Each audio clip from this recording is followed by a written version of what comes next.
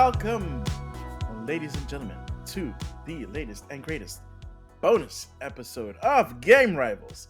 I'm one of your hosts, Maximilian X, and as always with me is the lovable, the huggable, the man who says PlayStation 2 is the best.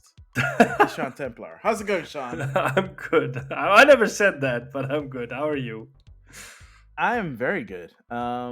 We are here for another bonus episode. This is a continuation of the origins stories for us, Yeah.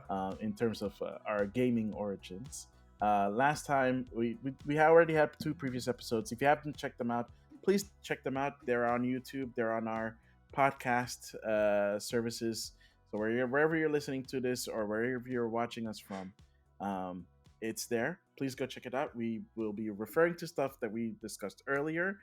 So as long as so that you don't get lost in what we're talking about, please check them out, because we'll be continuing our story from there on out. So we talked about previously. We talked about the handhelds that we played and the handhelds that we owned. Let's talk about our later years. So um, when I was when I was ending high school, that's when the GameCube and the PlayStation 2 came out. I don't know how old you were at the time, but I was in high school. I was about to finish high school. I cannot remember. I think I got the PS2 like in its second year. Okay, Yeah. because I got the GameCube in launch year. I remember when it came out, it So that was was a 2021. thousand guilders, the PlayStation 2. Oh yeah. I do remember that Yeah. because the GameCube was way cheaper. Yeah. It was a I thousand don't remember the guilders. price, but it was Yeah. way cheaper. Yeah. But I do remember the price of um I do remember the price of the Game Boy Advance that I bought. It was 200. I think it was 279 guilders. That's pretty It was okay. before. It was before. It was right before the euro kicked in, Hmm. because the euro kicked in like what 2002. Or wait, was it a thousand guilders? It could it have been 1,000 euros? No, that would have been No, way that too would be too expensive. much. 1,000 guilders, I think it was. Because like 1 euro was like 2.2 guilders, Something like that, yeah. so it would have been like 500 euros if that's the case. If it was 1,000 guilders, because it came out in the time of the guilder, and it was Mm-hmm. like 1,000. But the price came down really quickly, though. It didn't stay at 1,000 for long. Like in the launch year, because it came out in 2021. Um, it was the first. I think it was the first console out of the gate, if I'm not mistaken, in Europe. Oh, now I'm really confused. Hang on. I think it was 1,000 guilders, yeah. Yeah, that was when it launched. I don't think it was still 1,000 euros when you bought a No, no, thousand no, guilders when no. you bought it. No, you're Yeah, right. Yeah. And I think it was around like 600 euros, which is like the price that we still pay for it these yeah. days. So yeah, that is. I mean, I didn't buy it. My parents bought me my GameCube. Mm. Um, and I was still in high school, so it was like I think my third. It was either my third. Yeah, it was my third year in high school, and high school here is a little bit different. So it would be the equivalent. The U.S. equivalent would be I was in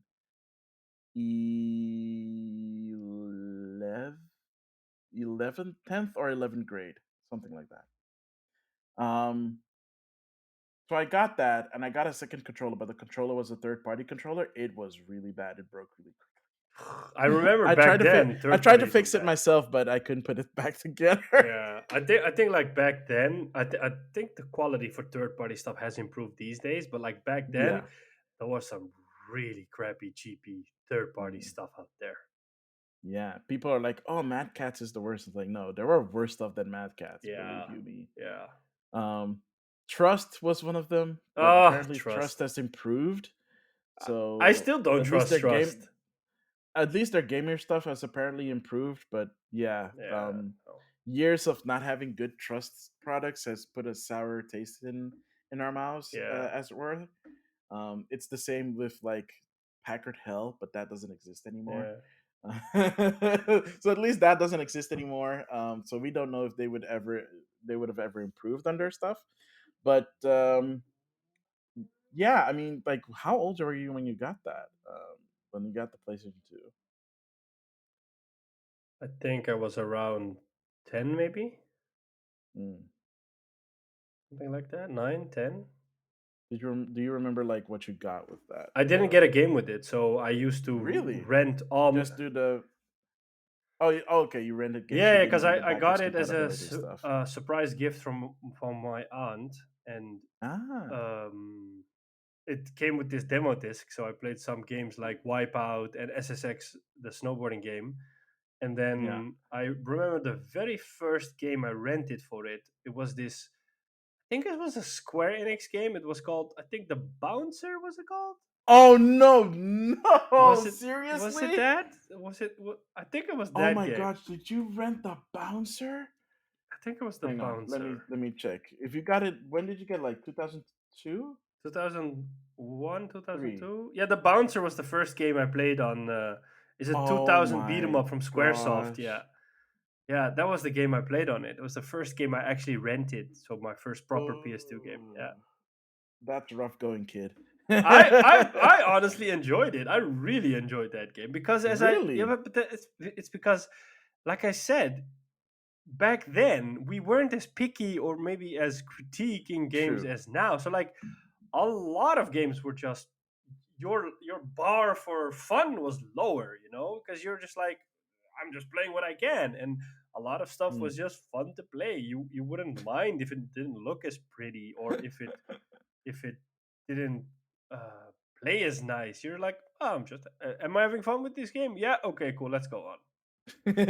Yeah, Because right now, because currently it has have an infamous reputation of not being that great.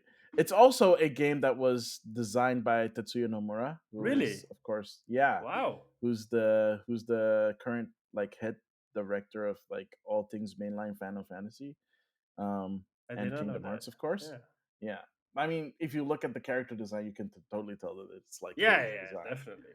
The spiky hair and like the belt buckles and the zippers and everything. The main character looks like a prototype for Sora. Yeah. Maybe it was. So, considering that this came out in 2000, yeah, the Yeah, odds are it was. Yeah, yeah. at least 2000 in Japan. It didn't come out in Europe until 2021. 2001. Mm. 2021. Oh, good grief. Yeah. Sorry. Yeah. So, yeah. Early Square Enix Yeah. title. What was All your right. first game Okay. on the GameCube? Ooh, I didn't have a game for a really long time. I bought the No, I GameCube mean like without the a game. first one you played. I played. I think the first game that I played was either. Ooh, this is a really long time ago. I have to really think about it. I think. I want to say it was. Um, I want to say it was Smash Brothers Melee, That but I long? might be getting no because Smash Brothers Melee didn't came out in the launch year of the GameCube. Or it was Mario Sunshine, Oh, that but I one. I think really Mario liked Sunshine Mario was Sunshine. 2002. I like Mario Sunshine. Really? Yeah, I did. I played it a little bit. I like the jetpack, and then you could just go around with your water. Okay, no, because that came out in July 2022, so it was Smash, yeah. But that's because I was a big fan of like the original Smash, even though I did not own an N64. Mm-hmm. My neighbor owned an N64, and we played a lot of Smash. Mm, And like again, the my cousin's friend also got Smash, so we played a lot there too. nice. Um, So yeah, Smash was the first thing on my list. I saw Luigi's Mansion, and I was like, "A Luigi game? Why do I care?" I liked you, Luigi's Mansion. And then I found out that it was a good 7 hour game. I was like, "Well, gosh Yeah, darn it! I kind of regret not getting I it." liked Luigi's Mansion. The thing is, um, my first game on the GameCube that I played was Star Wars Rogue Squadron. I remember fondly because it was like one of those demo thingies at a Bart Smith. So like I Yeah. played a lot of Rogue Squadron, and at least the demo, and I really liked it. And then Mm. my stepbrother got gifted a GameCube from his uncle. I think we still have that GameCube. I Wow. think it's a Okay. black one. It was the Legend of Zelda blah blah blah edition that had this disc included with all sorts of Legend of Zelda games on it. Yeah. Yeah. And the Yeah. I demo have for that one the too. demo for the Wind Waker was on it, and all the Yeah. NES and SNES game Zeldas were on it, and I think also Ocarina of Time and stuff like that. Yeah. And So it had the NES games. It had Ocarina of Time, and yeah, it had Ocarina of Time, the Master Quest, and Majora's Mask. yeah, and then it also included Mario Kart Double Dash, which we played a lot of. And I Mm. mean, I don't know if that's a good Mario Kart game, but we personally liked it. It's a lot of people love Double Yeah, Dash. I really liked it. But I was always more of the PlayStation kind of guy. So like sometimes at this video rental place that I helped out, they would get new GameCube games and we try some that. Like that's where I tried Luigi's Mansion, and that's where I Ooh. tried Resident Evil 4, and then that one eventually came to PS2, and I played that on PlayStation 2. PS2. Yeah, that was my first proper Resident Evil game because before that I was like, I don't like horror games, so and I'm gonna stay away because it was pretty scary back then, the horror games. Yeah. But Resident Evil 4 was like the first one I bought, and I'm like, you know what? I'm just gonna go for it, and I enjoyed Resident Evil 4. Yeah, Same here. Same here. yeah, Yeah. I bought it when it came out on GameCube because it was a GameCube exclusive at the time. And you know what the funny part is? Because Capcom at the time was like, this game will never come to another I console. know. Fast forward to 2022, it's on Everything. VR. Yeah, it's on a It's on potato. VR. Yeah, It can run. yeah. It's It's like like Skyrim. It's like Skyrim. yeah, it's basically Capcom's Skyrim, Yeah, yes. Because I think there is a RE2 RE3 style remake coming for that yeah. as well. Yeah, So if that is coming, I want it because it's my favorite Final Fantasy Resident Evil game. yeah, It's also the only Resident Evil game I ever finished yeah. And me too. because Cause oh no, I I finished five never as well. I because I have access to 5. I want to say I have access to 5. I'm not 100% sure what the details are and Mm. what my access is.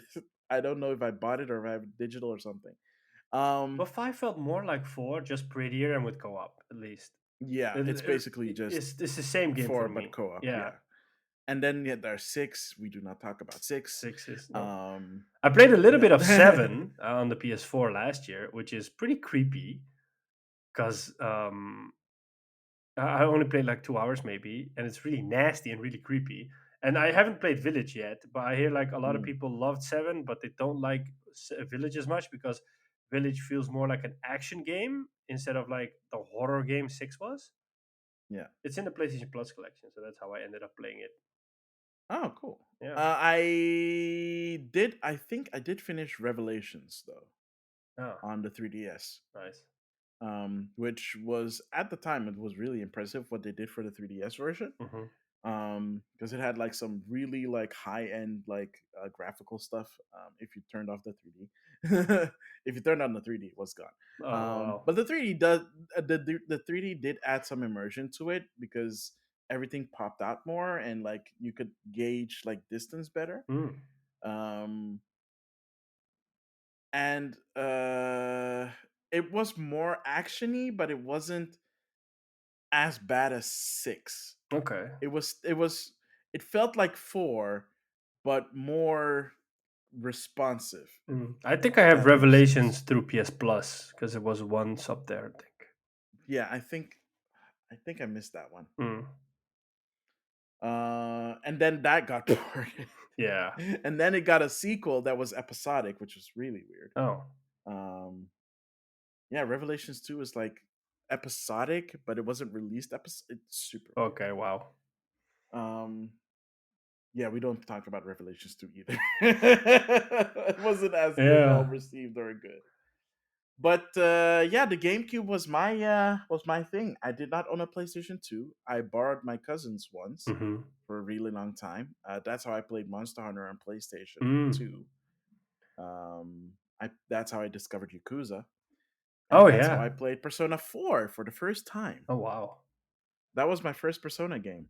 Um, no, that's a lie. I played the first Persona game on emulator. It was not localized well. Oh wow. They did some really weird stuff. Like for one, the kids were not Japanese anymore, They were all white except Oh. for one kid that they made black, and you could really tell that it's like a really bad job Oh. because the kid's skin tone was just like bleached up, so like they turned the brightness up on the kids. Oh man. It's so weird. It's so weird. And then the one kid they made black is like, why would you do this? This makes no sense. But it was the 90s. um it was a PlayStation 1 game. They Okay. learned their lesson because they went in the remake. They're all it's just as it should be. Okay. But the Wow. remake is only on PlayStation Portable. So Ah, okay. Is that Persona 4 Golden? no, that's just Persona Revelations. Oh, okay. Okay. So you have Persona Revelations. That's the first game, and then you have the sequel, which is technically two games, but only one was ever localized in English. And I think I don't remember because they literally ported every game up until three. Well, yeah, up until three to the PSP. Hmm. But I don't remember in Japan they did release both of the Persona 2 games, but I think in the West they still only did the one game. Okay. So that's a really weird because the first two games are tied together story-wise. So if you play 2, you're missing out of stuff that happened in 1, and you're still missing out stuff because the second part of 2 was never localized, I think. Oh wow. I have to look it up. I'm not 100% sure on that, Okay. but since we're not doing news right now, it's fine. Yeah. This is just purely on experience that we're going by. So I've never played 2. I've played a little bit of 3 on the PlayStation 2. The special edition that came out, like the enhanced edition, called Persona 3 Fez, short for festival. Oh. But people just call it Fez because that's what it was called. Yeah. Um, and that was my first experience of Persona, and I was like, oh, there's this JRPG series that exists. It just exists, but nobody talks about it uh, because Persona is, of course, a spin-off of the Shin Megami Tensei series, mhm. but that's a niche, and Persona at the time was a niche of a Oh niche. wow. And now Persona is like bigger than the mainline titles, Yeah. but the mainline titles still exist because we recently got um, Shin Megami Tensei 5 on Switch, which I still have to pick up. But I promised myself I wouldn't pick up Shin Megami Tensei 5 until I finish Shin Megami Tensei 4 on the 3DS. And how far along are you with that? I'm still in the early game. Oh, good luck with that. It's because unlike Persona, um, the Shin Megami Tensei series is a dungeon crawler, Mm. and it's a first-person dungeon. Well, the Persona 4 of TMS Shin Megami Tensei 4 is a third-person dungeon crawler, but it's still a dungeon crawler with a first-person battle view. It's very difficult. It gets very challenging Wow. because the monsters are really powerful, and you have to really think about how to attack, and you also have to recruit the monsters, the demons in the game by talking to them or offering them money or offering them your HP. It's super weird. Does But not sound like my kind of game. yeah, it's again, like I said, it's a niche title. That's an understatement. And Persona was basically the Persona series ended up being the more Mainstream. mainstream iteration. It didn't start out that way because the first Persona game was still very much like a Shin Megami Tensei game. Mhm. And I think from Persona 3 onwards is where it it really emphasizes on like the social connections and stuff like that and the storytelling. And it had like one dungeon that was randomly generated, which is really cool because basically the higher you went, like the levels were never the same Okay. because the levels were auto generated, except for like the boss levels. Like the boss planes were fixed, but like the levels leading up to like the boss room, those are all randomly generated. So nobody's um dungeon was the same. Okay. And Persona 4 carries that on. There are multiple dungeons, but they're all randomly generated except for the level where the boss is. And Wow. then Persona 5 ditches that. They have fixed um, dungeons for the main plot, and there's this underground that is randomly generated. Hmm. Okay. Yeah. Wow. And what does stick to me is that like I played a lot of variety in games on the PS2 era. So like I played Devil May Cry 2, which I finished, Mm. which was not one of the best apparently, but I enjoyed it. I know. Yeah, Yeah, it was made. What was it? Was it made too hard or too easy? I think it Something was like too that. easy probably. Yeah. Yeah, and I played Kingdom Hearts. I didn't finish it, but I put like a lot of time in Kingdom Hearts. I played Final Fantasy 10, which I enjoyed, but I didn't get too far because I didn't have a memory card again, Mm. only till Yeah, yeah. later. I played like a bunch of movie tie-in games such as Blade, which I liked. Um, That had a movie timing on PlayStation 2. yeah, I think it was around the time Blade 2 came out. I liked that game. I played what is it called? I played a lot of that. It was this RPG Sony Online Entertainment made. It was What um was it called? I can't remember the name. It was like a dungeon. It was like something like Diablo a little bit. Okay. Hmm. I did I not know remember that. because the same studio made the PSP version, PSP games called Untold Legends, and then they also made like a PS3 game, a launch title, which was made in Unreal Engine 3 at the time, I think. Untold Legends, and but the initial Brotherhood game, of the Blade? no, Daybreak? no. No, I mean the developer is Daybreak. Oh, that could be. These days it's called Daybreak, but back then it was called Sony Online Entertainment. Ah, okay. I think it was called something like Draken Battle 4 something. Are you sure it wasn't what's it called again? EverQuest? No, no, no, but uh, Yeah, EverQuest Online was on PlayStation yeah, I 2. know, but Zuma? I think this was Oh, made by no, the not team from Zuma. EverQuest. Champions of Norath? That's it. That's the one. Ah, okay, yeah, because I just looked to their history and like I was just going through all the games that are on PlayStation 2. Yeah, I played Champions of Norath, which was Co-developed by Snowblind Studios. yeah, it was that, and then there was another one. It was called Drake and blah blah blah blah blah. I can't remember. Drakengard? No, it's not Drakengard, but it was something like that, which was like there was these RPGs, and I put a lot of time in them, and because I remember for one, I think with the one of the games you needed to have a memory card. If you did not have a memory Mm, card, you could not play it until a certain point, because the game literally yeah, said you don't have a memory card, you cannot proceed past this point. But yeah. Champions of Norad as well, like that's a game where I put a lot of time into back Mm, then. But I don't know, like on the PS3 era, I started to move away from RPGs like Dragon Quest and something like that because it was just too intense. It was, mm.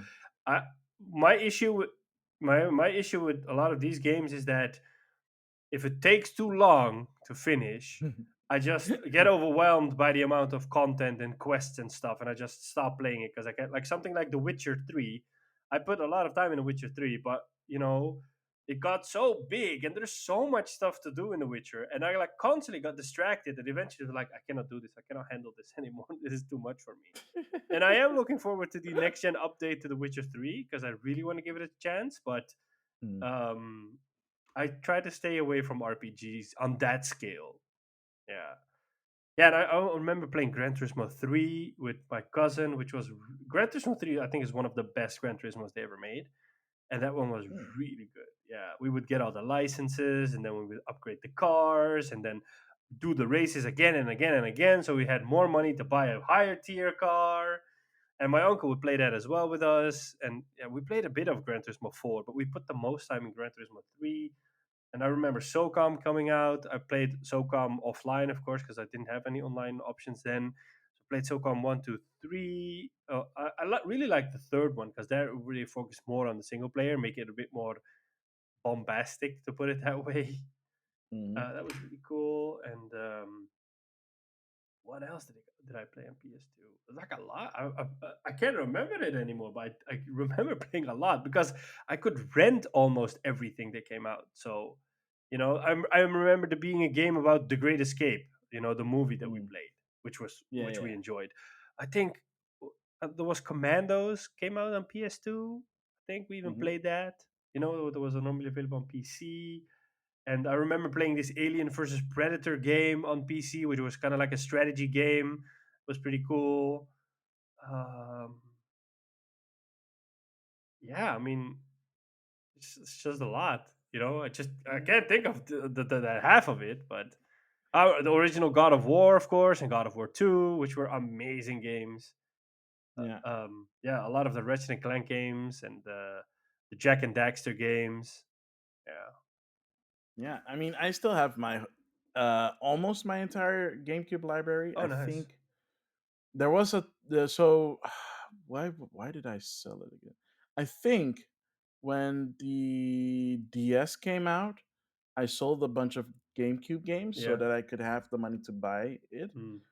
And one of the games that I sold was F Zero GX and Mario Sunshine because I'd already beaten it.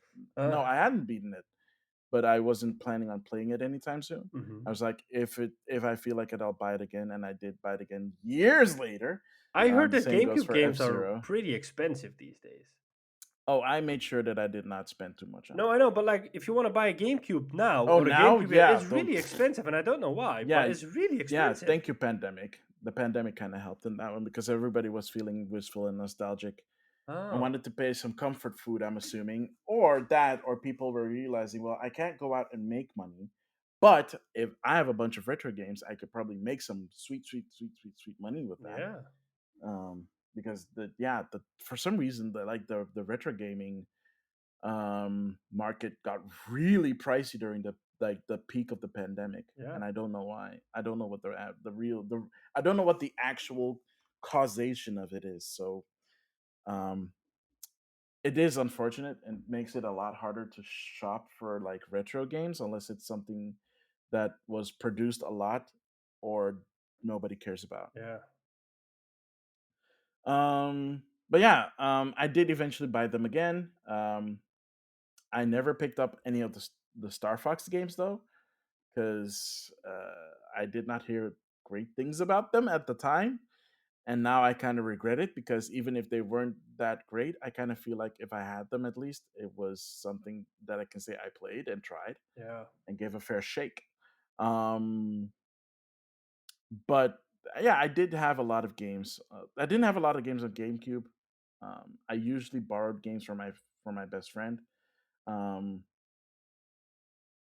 and I still have like a okay library. There are some things that I've played on it. Um, I'm just trying to look over here. One of my favorite games that I played on it was Puyo Pop Fever, which is the first time I ever played a Puyo Pop game. okay. Um, you might remember it from the Mega Drive as Doctor Robotnik's Mean Bean Machine, which was just a skin of a Puyo game, Okay. Puyo Puyo game. It's a puzzle game. It's kind of like what's the other game? That Street Fighter game. The Street Fighter. Is it Puzzle Fighter? Yeah, Puzzle Fighter 2 Turbo. These Um, titles, oh man, I feel like that's my something iconic of that era. oh yeah, yeah. These days, titles are much more simpler. Unless you go to Square Enix, then you get Yeah, stuff like yeah, or like Triangle more straight to Strategy. the point. Yeah, yeah, Yeah, man, titles are so good. Puyo Pop Fever was so much fun. Like I used to play that so much. That had 4 player. The great thing about GameCube, of course, was that it had 4 player multiplayer, hmm, like the N64. But you don't have to get a multi tap. The other great thing is that it also supported network play. So there's less than a handful of games that supported online I was play. about to ask that. Yeah. Um Fantasy Star Online is one. Hmm. So Fantasy Star Online Episode 1 and 2 are online games. They were Dreamcast games that were ported to the GameCube, and they even had like a ASCII keyboard with GameCube controllers on the side, which were super expensive, and the only game that you used it for was that game. But there was a third party controller by ASCII that allowed you to play a GameCube game with a keyboard, like a Oh, full size keyboard in it. yeah. It was so crazy because because the Dreamcast had a keyboard and a mouse, um, but the GameCube does not support a mouse, just GameCube peripherals. So yeah, if you wanted to play, if you wanted to play Fantasy Star Online properly and be able to chat with people online, you needed the keyboard, um, which was not cheap, by the way. And it's still not cheap. Even in the used market, it's still very expensive because it's a collector's item Oh, now. And like you could play certain games online with a tunneling software on your computer called Pipe Pipeline, I think. I don't know. Um, I forget. I did not do any of this stuff, but it's I do remember that my friend was like, "Yeah, you could play certain GameCube games online with like pipeline, and it's like very challenging to set up, because there were like a lot of things that you had to like take into account. Um, but you also had like networked games like Double Dash. Mario Kart Double Dash allowed you to hook up two GameCubes to each other with the broadband adapter. So if both of them had the broadband adapter hooked up at the bottom, um, you could hook them up together and you have 16-player multiplayer. Wow. Yeah, because you is it 16? Sorry, 8 Eight. player Yeah. multiplayer, not 16. Sorry. Um, yeah, because you have two people on a cart, so that's four on one. So you play head to head, but then you could hook it up again, and then you'd have 8 player. I think you could do 60 play. I think you could hook up a maximum of four Game Cubes together that way. It I don't know how, but it is possible. So I think technically you can do 16-player multiplayer. I never figured out how though, because you could only connect them directly to each other with the network cable. So I think you needed like a router or something, Could be. or like Or a Switch, bridge or maybe. Yeah. whatever, or a switch. Yeah. Yeah. No, I don't think a switch would work. I think you needed a bridge. Okay. Wow. I never understood Um, why the GameCube had the weird C button, I think it was called, like the analog stick, the hexagon analog yeah, stick. I never understood why they had that. the camera poke. That, That yeah. was specifically for camera. Yeah. But why was it like hexagon and not just round? Like the shape on the Beats outside, me. yeah. Because no, because the GameCube was also 8 directional. I Ah. think it's because it's an 8 directional analog stick. Oh, and It also wasn't a like full they had only 360 one analog shoulder stick. button, like an R1 button. They didn't have like R1 and No, L1. they had no, they had two shoulder, but no, they had the analog triggers. Yeah, so they They had were like the first. triggers, and then Yeah, they were one of the first to use yeah, analog but they didn't triggers. have like R1 and R2. They only had R1. No, they had R and L, and then you had the Z button. Really? Yeah, you had R and L, and then you had the Z button. The Z button was above the R, the Yeah, R but like they trigger. didn't have it on both sides. Yes, they did. You had R and L. What the heck? I am talking That about R1 and L1, not Oh no, they L2 and didn't have R2. that set up. Yeah, yeah. No, So no, like they that's a only, PlayStation yeah, thing. I know, but like Xbox had, oh, no, Yeah, Xbox only had triggers. Xbox only had triggers. It Yeah, wasn't until the 360 that they got the triggers and the the bumpers. bumpers. Oh yeah, yeah. Yeah, Oh, yeah. Weird, right? yeah, because it was missing a button, because it was like what? Yeah, for certain games you were missing buttons on the GameCube, Yeah, which made porting games to the GameCube a bit challenging. yeah. Also, the only game that really utilized the GameCube controller the best was Luigi's Mansion. So you can really tell that they kind of designed the controller around Luigi's Mansion and then worked from there. Oh man, yeah. But it still worked. Like it's still people still swear by it. Like hardcore Smash players. Like, oh, I'm so silly. It's like it's literally right in front of me. It's right here. I rest my case. It looks so So tiny, yeah, especially in yeah. your What? hands. It looks so tiny. I have really huge hands, but yeah, these are analog triggers. Yeah. So it's really weird because Nintendo like had these analog triggers and they're really good and really responsive. And then the Wii happened and buy analog. Yeah. And we haven't had analog triggers since. Maybe they felt like And they it need really to modernize. no, because it makes no sense because they're all digital now, and every other controller still uses like analog triggers. PlayStation uses analog triggers. Well, now they have the what Adaptive. do you call them? The adaptive triggers. Xbox still uses analog triggers. Yeah. It makes no sense. The only thing I can think of is that the form factors of their controllers were not conducive of having analog triggers in them. Like you couldn't have I don't know if you could have analog triggers on a Joy-Con. Maybe they're just too big of a thing to have on Could be, yeah. Joy-Cons. Because that's why the maybe with the Steam Deck, I think the Steam Deck has analog triggers. I think So so, like yeah. maybe it's because it's a bit bulkier and bigger that it Oh, has that space. that thing is chunky. I've seen comparison shots. That thing is chunky. Yeah. You're not taking that on the go. So Like at least it comes in a carrying case, so you can put it in your bag. But it is very chunky, and the battery life is not that great. yeah, it's not gonna fit into your pocket or something like some people do. No. Yeah. Yeah. Yeah. And then moving from that, you got an Xbox 360, right? Yeah, so that was an interesting Why did you get an Xbox 360? I was forced into it Wow. Wow. By who? by my best friend. Oh my He god. was like he was like, get an Xbox and we can play Halo 3 Did you get together. it like in the launch window? No, I got it in 2007. Okay. So that's the Yeah. year the PS3 came out. Yeah. Oh. Mhm. I got that instead of a PlayStation 3 because I did not care for the PlayStation 3. And the PS3 was really expensive.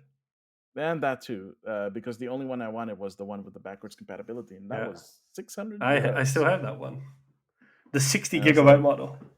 you lucky son of a gun. I saved my money for that. And like I remember because They were going out and saying like, yeah, this is the console you'll get like a second mortgage for. I'm like, I don't even have a first mortgage. yeah, but like I remember because I wanted the PS3 so badly that I reserved it at multiple retailers just because I was like, I want one day one, and I was afraid like it was gonna sell out everywhere because it had come out in the States before and in Japan before, and we got it in the Yeah. spring of the year that and after, and it sold out everywhere. And then I remember launch day, it came out. I got a second controller. I got Resistance Fall of Man. And my mom took me to the store because it was a drive from our home, so I had to put it in the car. But like, it didn't sell out because of the price. It was widely available because a lot of people just didn't want it because it was 600 euros. It was 600 euros. That's like if you think about it now, that's crazy. Like That is you're looking crazy. at like the disc version of the PlayStation 5 is like 500 euros, Yeah, and yeah, people are like upset about that. Like yeah, 600, like yeah. And then and that is in like 2006 money, yeah, 2007, 2007 yeah, money. yeah. And then because I remember, like within months, they cut out the backwards compatibility, and they made like the 399 version, the 40 gigabyte version for 399, and then Yeah. it took off from there. Because eventually, because Microsoft came out a year earlier, they also did like the double configuration. So they did the hard driveless version and the version with a hard drive. I remember because Why they, on earth would you ever buy the hard driveless version? I will never I know. think it was $100 cheaper. Yeah, it was cheaper. Yeah, But then you'd have to buy the hard drive separately or you or could get get a memory card. or memory card, which is like, Yeah. who the heck used the memory card? Actually, you know what? You probably did. Asking everybody. No, because I got the one with the hard drive. Because I Really? got because I got the Halo 3 bundle. Oh, wow. Yeah, I got the Halo 3 bundle. I saved up my part-time money. Hmm. Was I working part-time at the time? Let me think. No, yeah, I was working full-time at the time. That was 2006. Okay, wow. I was working full-time at the time. Right? Yeah. I think so. I was working. Oh, it's sorry. And timeline. Yeah. So I was working full time. I had just finished school, Mm, and I was waiting. There was this period of time that I had to wait before I started my next course. hmm. It was like about 9 months or so, and I saved up some money while I was working full time, and then I got the Xbox 360. Okay, wow. And what was the first game you played on the 360? Not the first game because you owned Halo, but what was like the very first game you played on the 360? Halo. Halo, really? You didn't play Yeah. anything before that? Nope. Never touched the Xbox 360 before Oh that. wow. Because I remember like on But launch that day. was around the time. That was around the time when the first Richard came out. Hmm. I think. Am I saying that Is it correct? that long? Because I remember a friend of mine got the Xbox 360 on launch day, and I played Need for Speed Most Wanted on the 360, and that was really cool because it was you had Need for Speed Underground 1 and 2 on the PS2, Yeah. which were Yeah. great games. 2007. Yeah, I Yeah. was right. Oh damn. Yeah. Yeah. Hmm. Yeah, I played Most Wanted at the friend who got it on launch day, and Most Wanted was really cool, and it looked so pretty. For we were like, "Wow, this is so pretty!" I Even, didn't even care though, for it. yeah, even though it was a launch title, we were like, I "Whoa, because in 2006, don't remember it. 2006, I got the Wii. really? Huh? Late 2006, I saved up like all my money, and then I Did the bought the Wii Wii. come out in 2006? And 2006, yeah, Oh wow! December 2006, if I'm not even mistaken Are here. you sure? Yep. Don't believe me? Look it up.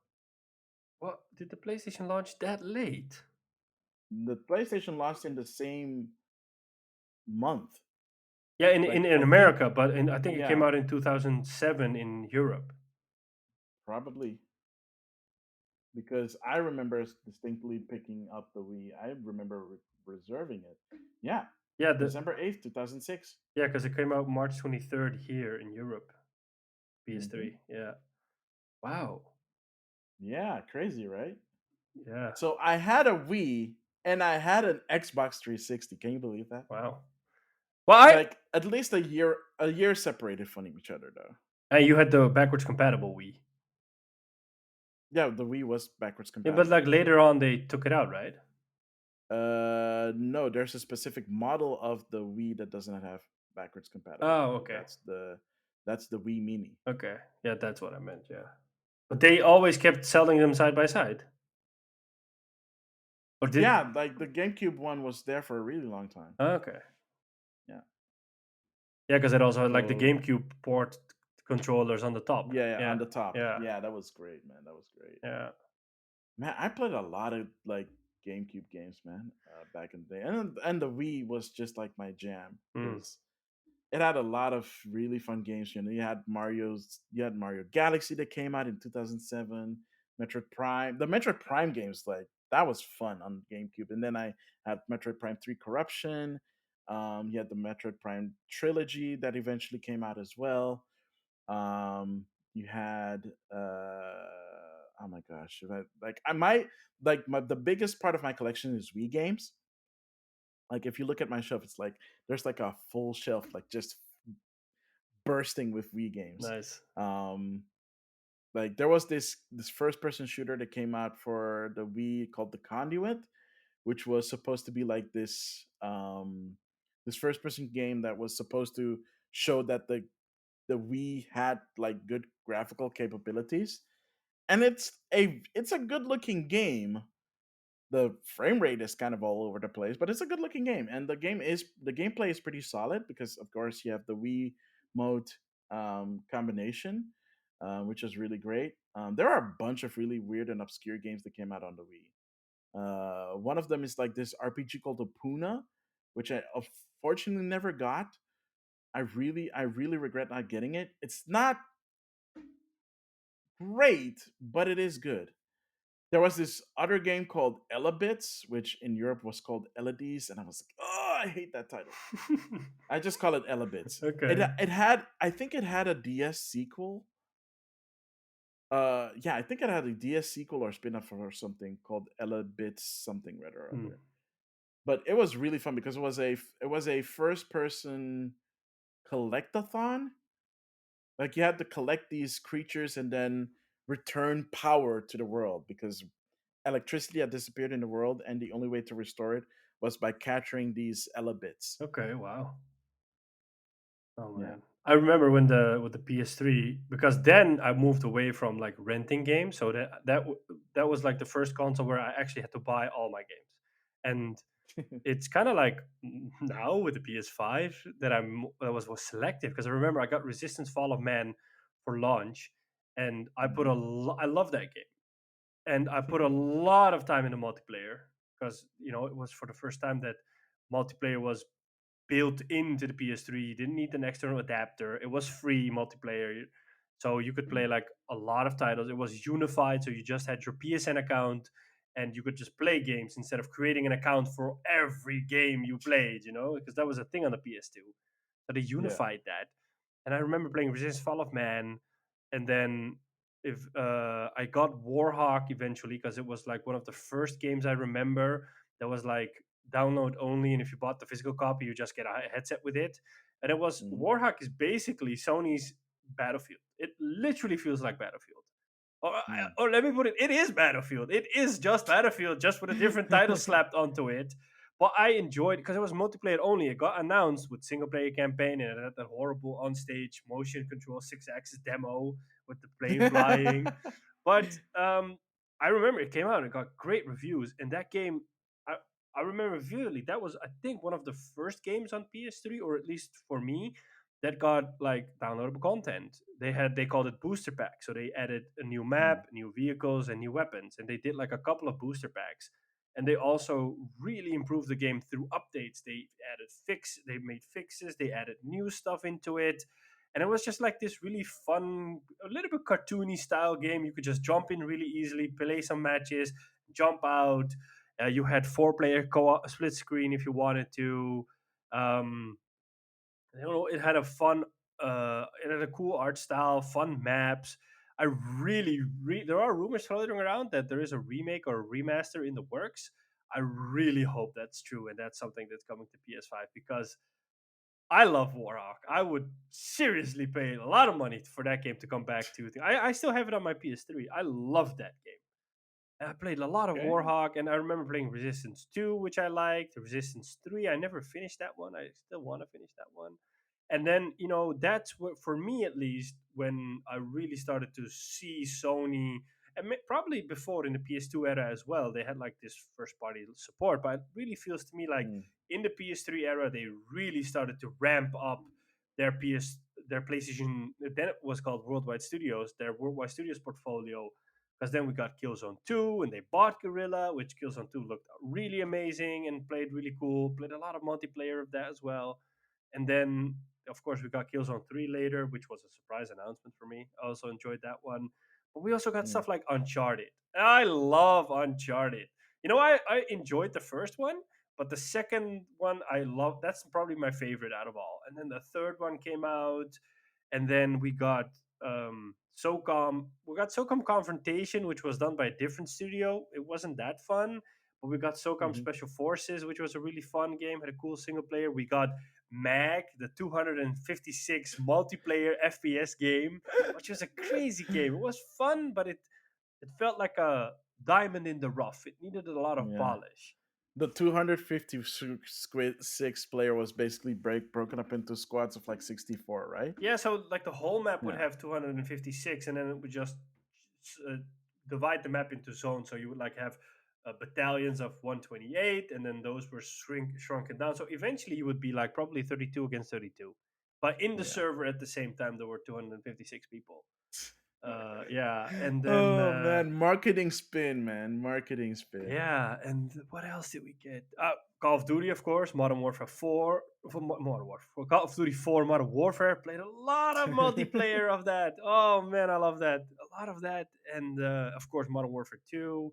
I never played Modern Warfare 3 because eventually I just got like after Modern Warfare 2, I stopped playing Call of Duty because I was just fed up with it because they released one every year and it got Hmm. boring to me. And we got Modern Warfare, the beginning of the end, yeah, as I yeah. like to call it. Yeah, we got Infamous 1 and 2, which I really loved. I remember when Gran Turismo 5 Prologue came out. That was one of Hmm. the first games that I saw that I thought like, whoa, this looks real, like photorealistic real. Like that was the only Yeah. game that did that. Like at some points I was like, it's scary how real this looks. And that's a PS3 game. Yeah. Oh man. It's also the first time that I realized that that there are red flags in the game industry. Because when Prologue was announced, people were like, "Why though? Yeah. Why not just just finish the game Yeah. and then put out the full game? Yeah. Doesn't matter where it comes out, just bring it out. Why are you doing Prologue? Yeah. You know?" And Yeah. then years later, we get stuff like Ground Zeroes, and it's like, well, that's just a paid demo. Yeah. Yeah. I bought my PS4 or PS3 only for Metal Gear Solid 4. Like I'm a huge Metal Gear Solid fan, and like I didn't care. I was like, I need one now, and then I don't care when MGS4 comes out. And I remember at the time really being scared because there was a lot of going around. I was really being scared it becoming an Xbox exclusive or it also Yeah. coming to Xbox. I'm like, no, this game is not allowed to come to Xbox. It's a PlayStation game. It needs to stay on PlayStation. And I remember Kojima saying like, no, no, no, it is a PS3 exclusive. And it came out, and I remember it was the first time I took time off of work. I never do that for games, but that was the first game I did that, and it came out on a Friday. I think it was June 12th. I think it came out 2008, Mm. and I just took the weekend off, and I started on the Friday and I finished it on the Monday, and I was like, holy crap! It was such an amazing game. And like before the game came out, you had all these stories like 90-minute cutscenes, and I think Kojima back then also did like this developer camp or press camp where they invited people from the press over for like a week, and they could just play Hmm. the game and comment and feedback on the game so that they could still fix anything if there was anything left of it, which was Hmm. pretty big at the time. And then, oh man, I love that game so much. Yeah. And then we got shortly thereafter Metal Gear Revengeance or right or whatever it was, like the X. Metal Gear Rising Revengeance. No, it was called Revengeance because it was like that Xbox demo they showed, and it was gonna be. Yeah, yeah, Rising Revengeance. Was it? Right? No, I think it was Revengeance at the time, and then Rising Revengeance became or Rise Metal Yeah. Gear Rising, or it didn't have like the full title because it was done by Platinum Games, I think. It was not originally done by Platinum Games. It was originally done internally. Yeah, yeah, but like Yeah, it's later. called Rising Revengeance. That's right. Oh, I thought it was called Metal Gear Rising at first because initially it was done by Kojima, and then eventually went to Platinum Yeah, it Games. was just.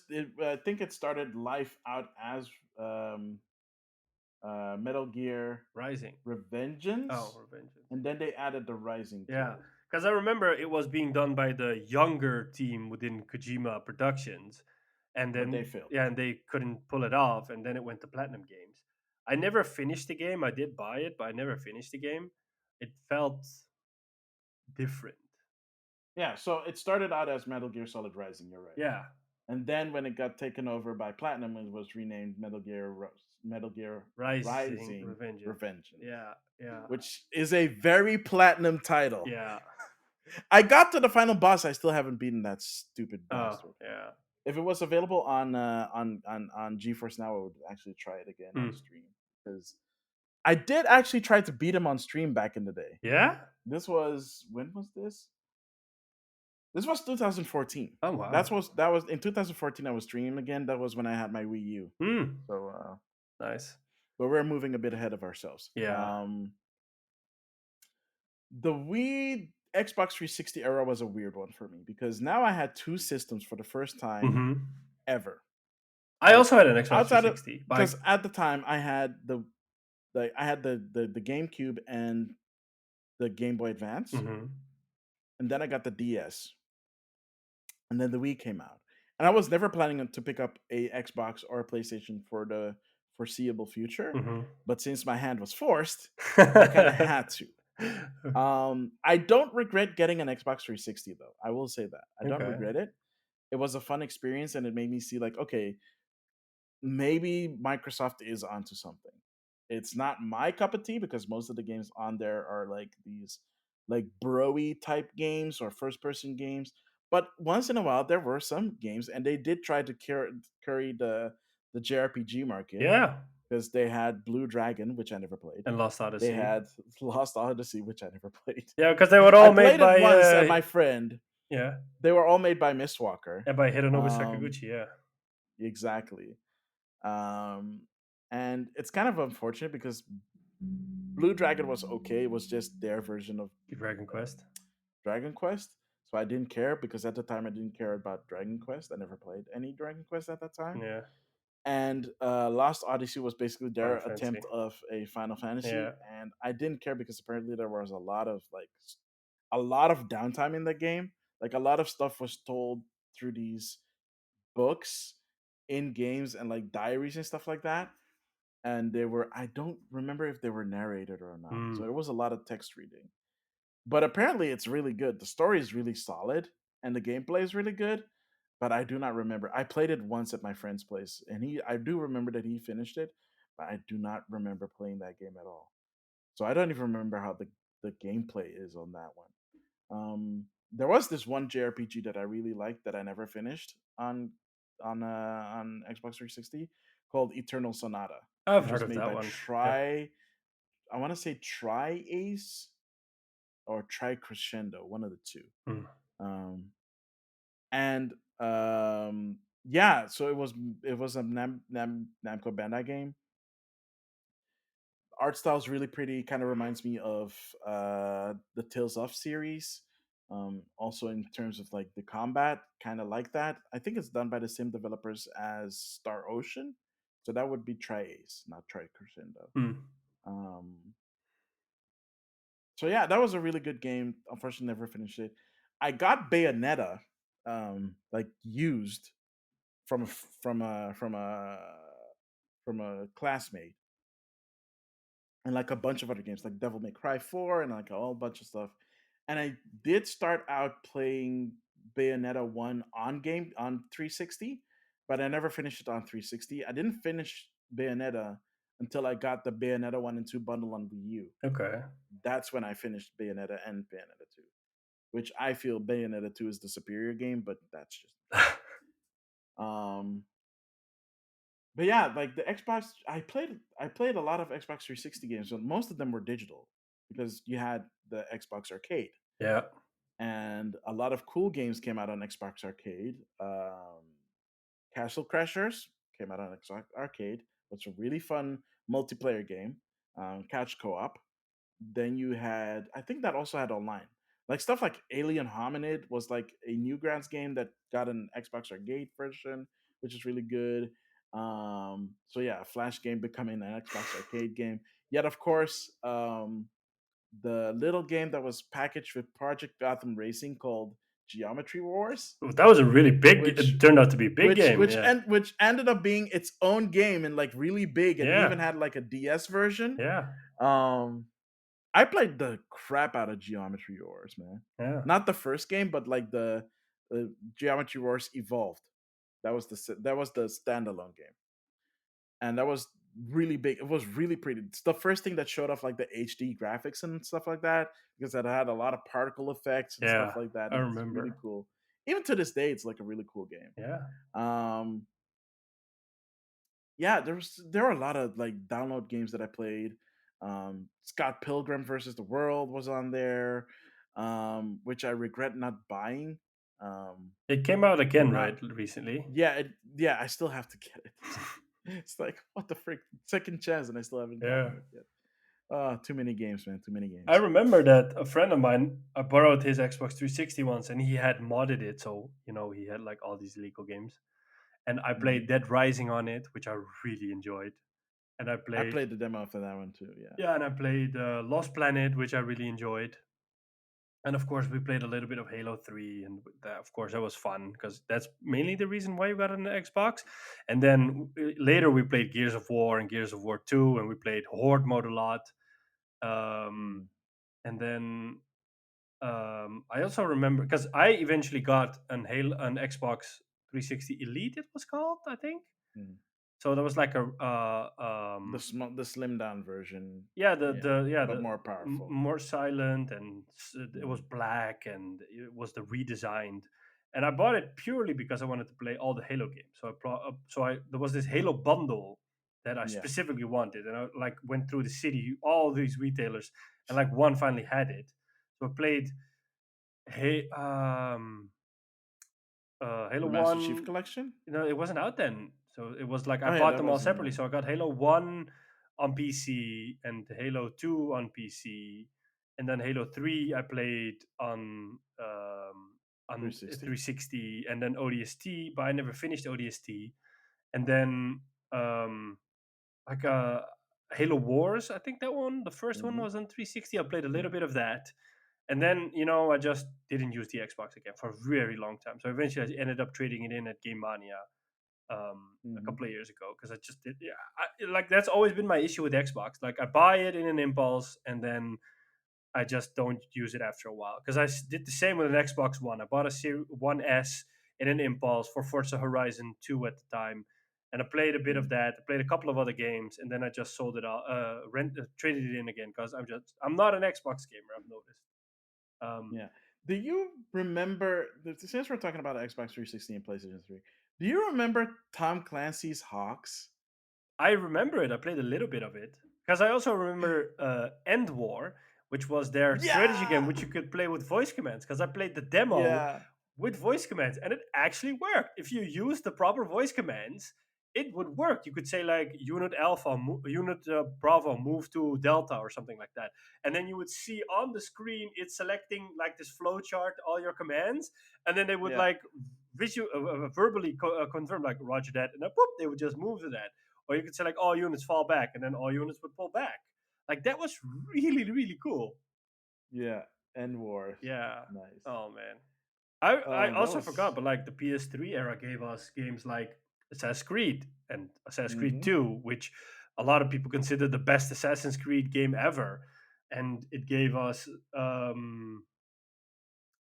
Infamous, Infamous 1 and 2, Prototype, Saints Row, Mm-hmm. Grand Theft Auto 4, which I really enjoyed. It was a far more serious game than the previous ones. And I remember I didn't want GTA 4 because I was like, oh man, GTA, I don't care. I mean, it's this goofy game.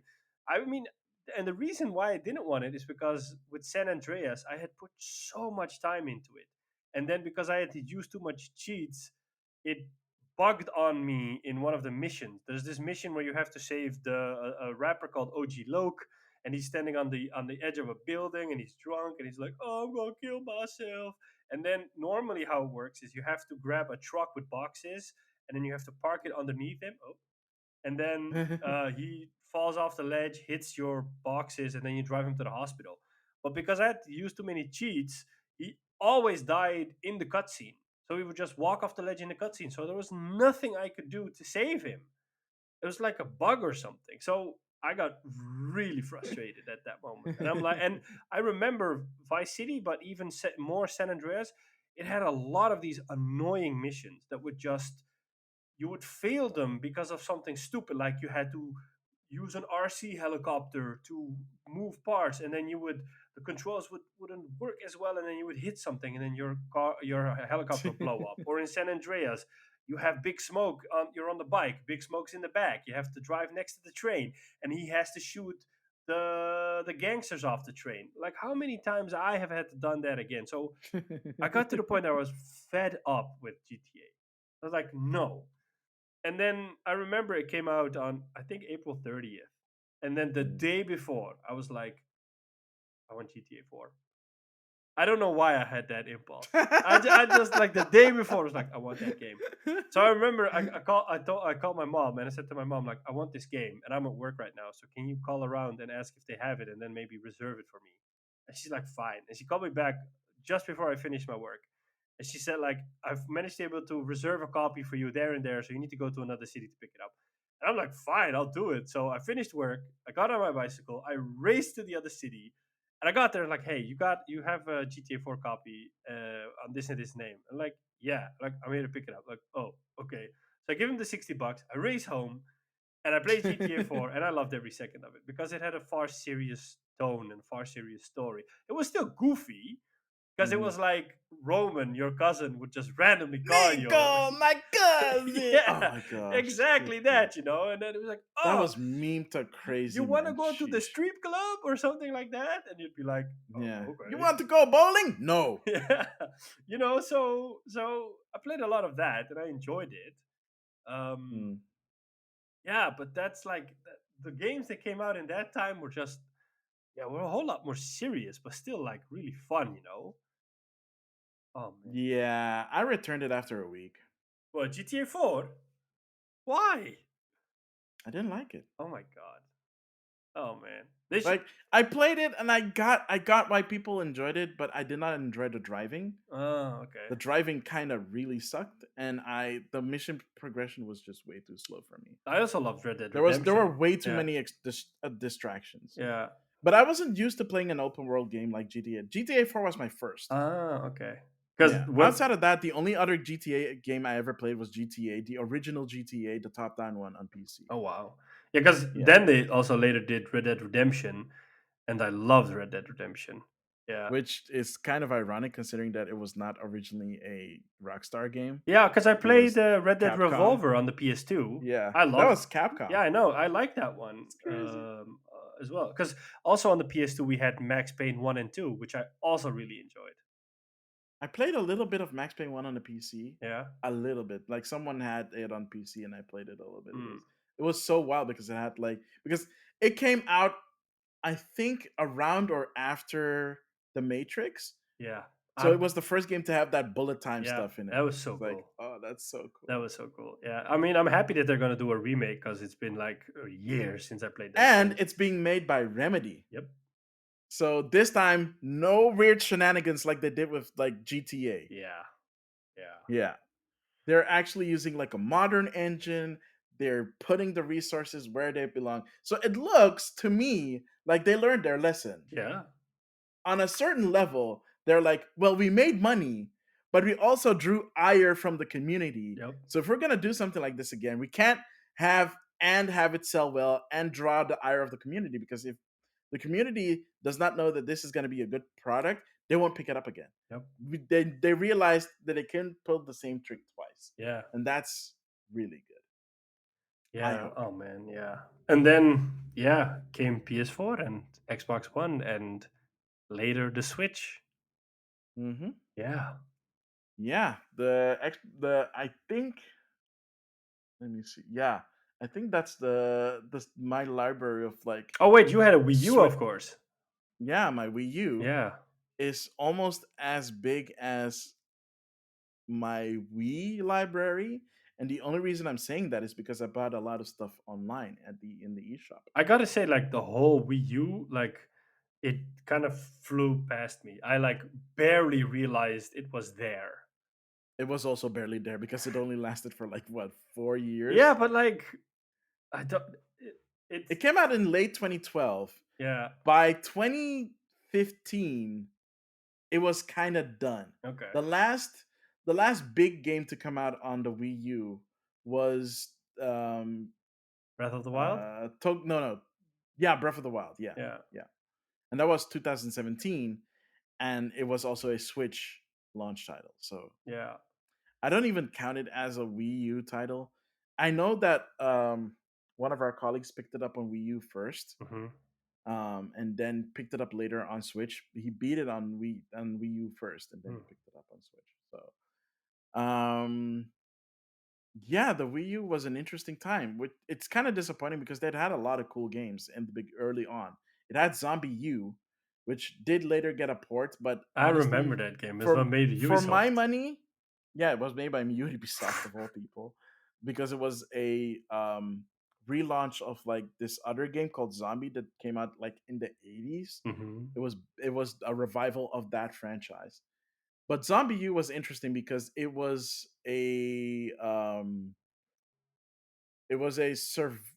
a survival horror. It was a post-apocalypse game with zombies where if you died, you're you become another person, Hmm. and the corpse of the person that you got becomes a zombie. And you can search for your zombie so you can get all your stuff back by killing that zombie. But if you died again, then that's it. Sounds kind of sounds like a Souls game. It's kind of like a Souls game, but Yeah. there's no pause.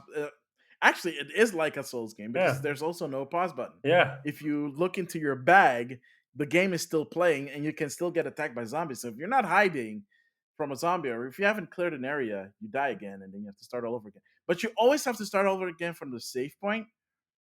I think there are checkpoints, but I never got far enough in that game to figure that out. I Yeah. never finished that game because it was so hard. It's Oh. a really challenging game. There are a lot of good games on there. there weren't a lot, but there were a lot. The games that utilized the gamepad really well were few and far between. Like there's this one indie game that someone brought up recently. I was like, oh my gosh, I totally forgot that that exists, and I kind of want to stream it. Called Affordable Space Adventure or something. So Never heard of it before. Affordable Space Adventure, something like that, where you're basically, yeah, affordable space adventures where you're basically have this spacecraft, which really cheap spacecraft, and you have to navigate through like different alien planets. But because it's a cheap spacecraft, you have to like make sure that everything is okay. So on the bottom screen, you have like your engine, your power, your weapon systems, and you have to maintain that because they kept breaking down.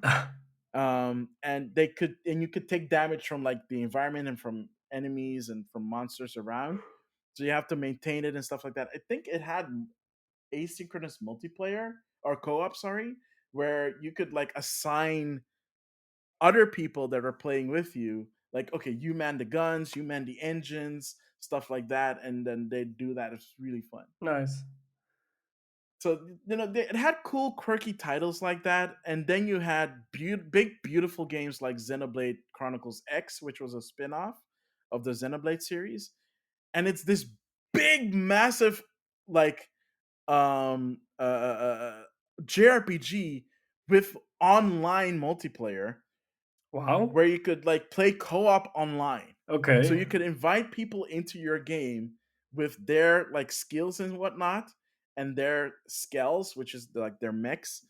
Oh my god, that game was so beautiful and so big. And it never got a Switch release. No, but I think it's because the game is just really big, and the developers, if that ever got a port, the developers would be doing that themselves. Hmm. And like the head of the studio was like, "Yeah, we're not gonna do that because it's way too big of a project." Wow. And they want to focus on doing like like more new stuff.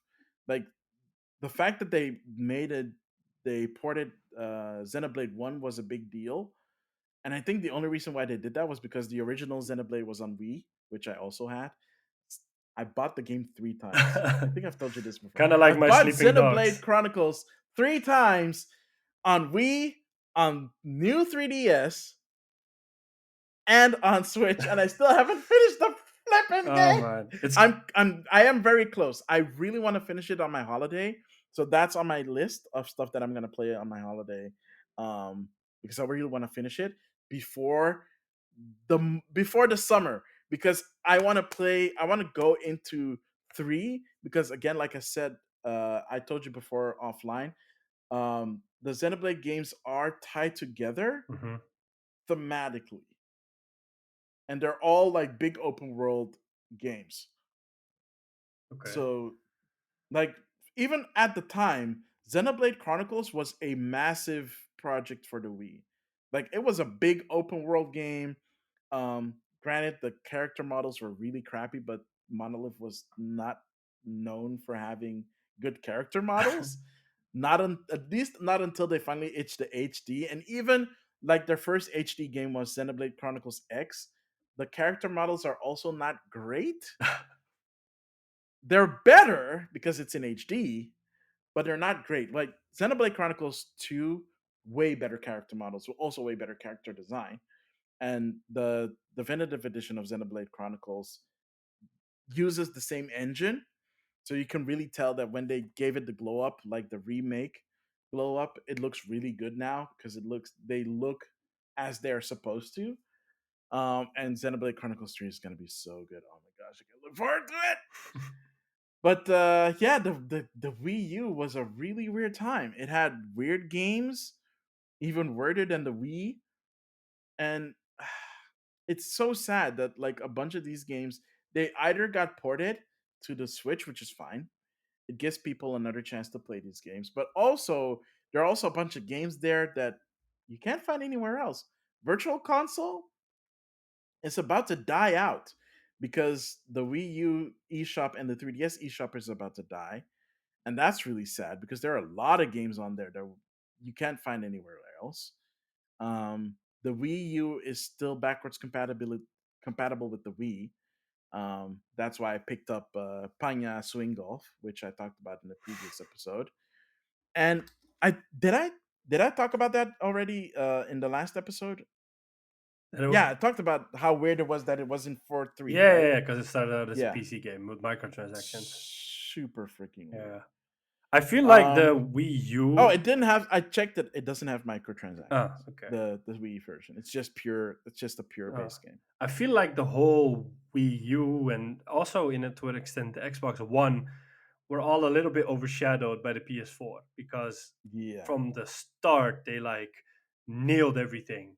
You know, the pricing, the marketing, the games.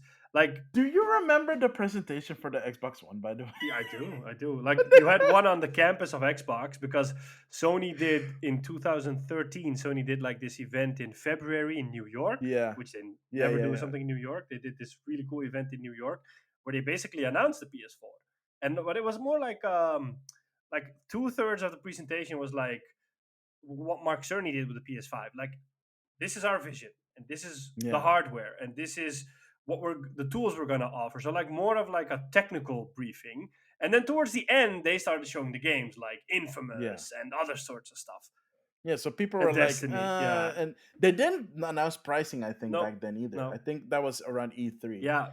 And then Microsoft had their thing, and they were like, "The Yeah, flip that is was on this the crap?" Xbox campus like a month or two after, and it was Yeah. 90% was focused on TV and watching TV and streaming And services and Connect. Connect. Remember Connect? Yeah, and what you and how it would become. Xbox on. Yeah, yeah, like how it become the center of your living room. And like people were like, I don't care about the center of my living room. I just want to play games. Yeah, and then E3 came along, and then they did their Oh, press conference and the first. online DRM. Yeah, yeah. It's where they announced like, yeah, you can't like borrow a game. It's online DRM. It's like It needs to the check in. flip. Yeah, it needs to check in every once in 24 hours to verify, blah, blah, blah. And then we got E3, and then Microsoft did their press conference, and they showed a lot of games, and then they announced pricing and a release date. And I remember it because people didn't even clap that excited when the pricing was No, announced. because it was bundled with the Connect, and you Yeah. had to get it with the Yeah, Connect. yeah, I everybody was don't like, think. wow. I think early the launch did not come with a bundle without Connect. Nope. It was later. No, because then even Don Metric said that infamous interview when people were talking about the pricing and the that he said like if you don't want Connect and if you don't want online DRM, that's totally fine. We also have a solution for that. It's called Xbox 360. And people were like, "What? What? How are you? Yeah. Why? You know?" Are you serious? Yeah, and then Sony did the E3 the next day, and then they started off with games, and they started off with PS2, no, PS3, and Vita a little bit, and then they switched to PS4, and then they started out with we will not have online DRM. You will be able to buy and Well, sell your actually, games, and like everybody went well, wild. actually, they did a little video, I remember with Shuhei instruction Yoshida, video yeah, and with Shuhei Yoshida and Adam Boyce. yeah, Um, this is how you borrow a game, but it was only on the YouTube page. It wasn't on the press yeah, it was conference. on the it wasn't in the Yeah, press conference. It's yeah, something they did. I think it's something they posted before or after their press conference, yeah. and it's like step one. Yeah, Thank you, yeah, and that's the yeah, video. yeah. That was really cool. And then, of course, they showed off the PlayStation, and then Yeah. then they came up with towards the end they came up with pricing, and they said like $399, and it's all coming out this year at the same time in all territories, and like the crowd just Mm, went wild. yep. Everybody went wild, and I remember then because I went to like again multiple retailers because I wanted that thing day one. So I went to like 4 or 5 retailers and I reserved it at all 4 or 5 retailers. And then launch day Mm, came around, and then or because before that I went to Gamescom with friends, and then I got to play Assassin's Creed Black Flag on PS4, and I was completely sold.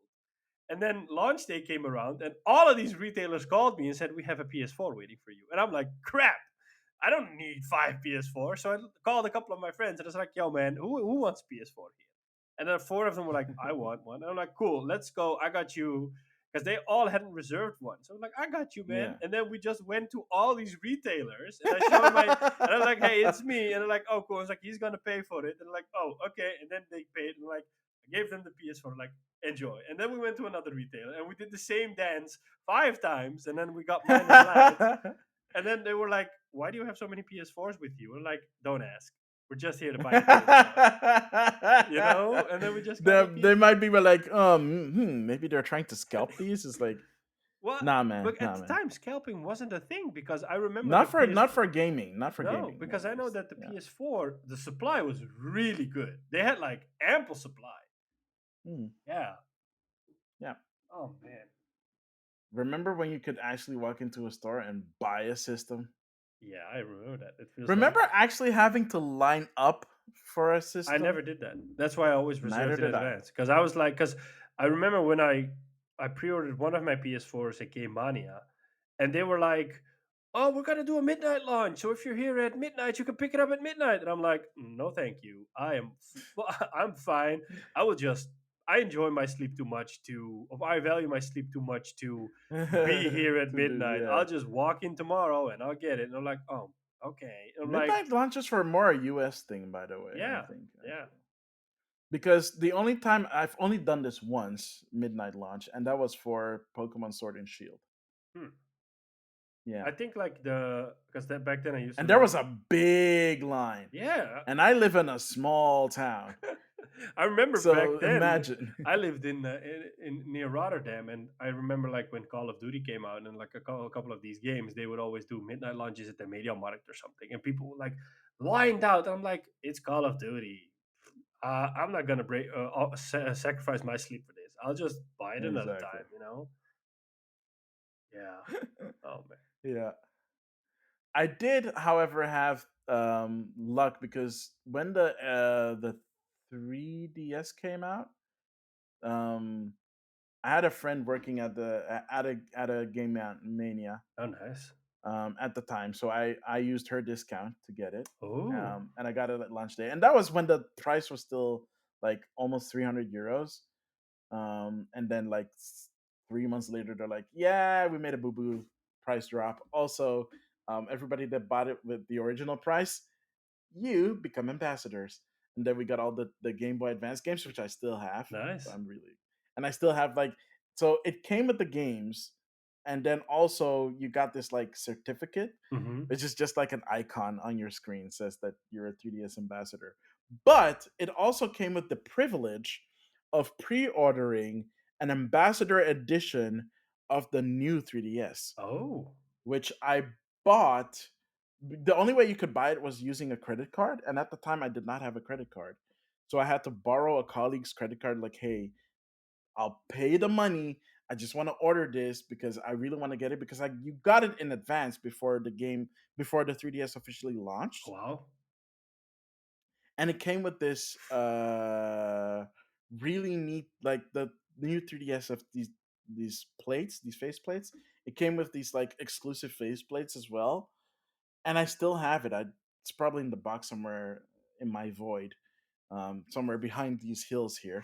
Um, but You should hike up the yeah, mountain to find it. yeah. I mean, if you're watching this on YouTube, you see that I have hills behind me, um, the hills of Japan. I am in Japan, as you can see, obviously. So you know it's nice that we Yeah, can you do have this with Mount a. Fuji Yeah, behind we you. can do this with a time difference. So yeah, that was really cool. So I got it early, the new 3DS. Nice. And I still have it. I really love it. I spent a lot of time on the new 3DS I, because it got a lot of I, JRPGs. uh, So you can I imagine. missed out I on played a all lot. of the Nintendo handhelds. I think the 3DS, the DS and the 3DS is where I played the most varied amount of games. Most of them were JRPGs, but I played a lot of different games. A lot of weird, quirky games that I love to this very day and that have been super cool experiences. One of these games that I always bring up, if you have a 3DS, especially now since they're closing the stupid eShop on the 3DS and Wii U, if you haven't picked up Pocket Card Jockey, please pick it up. It is a very good, very fun solitaire game with horse racing made by the developers of Pokemon. Wow. If that's not enough to sell you on it, the soundtrack is amazing and the characters are quirky and fun. So after this episode goes live, we're suddenly going to see a spike in sales of that game. I hope so. Honestly, I hope so because I kind of wish that they would do a sequel on Switch for this. I think it's such a niche game that they probably haven't thought about it. Yeah, probably. Yeah. Ah, well. Plus, they're working on Pokemon Violet and Scarlet, which look amazing. Oh, I completely forgot about those. Yeah, that's because Thingy came out earlier this year. Arceus. Legends Yeah. Arceus, and that's also an amazing game. Which Oh I my god! still haven't played. I bought it. I still haven't played it. Please play Yeah, yeah. it. Anything else you want to talk about? No, I think we can leave it Um, at this because the next part would be PS4 and Xbox One and we can Switch. get yeah, Yeah, we can get into that a bit more deeper. yeah. All right, so will you do the I honors? will. Thank you for tuning in for part three of this special bonus series. Um, as you can see and notice, we are very excited to talk about and go down this trip down memory lane with all this nostalgia. I certainly suddenly want to buy a lot more stuff from back then than before I started this series with Max. So thank you for tuning in. You can find this episode on your favorite podcasting platform: Apple Podcasts, Spotify, Overcast, Stitcher, Google, wherever you listen to your podcast. We're also on YouTube. The episode also goes live the same day and time. You can find the link for it in the episode description of the audio version, or if you go to our Instagrams at Game Rivals or at Maximilian underscore X, there's a link in the bio, and you can find all places where you can find the audio and the video version of the podcast. You can reach us through email, gamerivalsfeedback@gmail.com. On Twitter, it's at Maximilian underscore X and at game underscore rivals underscore. On Twitch, it's Oh, yeah, not game rivals. It's Maximilian underscore X and Sean Templar. On TikTok, it's at game rivals and at Maximilian underscore X. Instagram I just mentioned, and that's basically it. Hmm. On that note, I have been and always will be Sean Templar, And I have been, and always will be Maximilian X. and we'll catch you in part four. Later.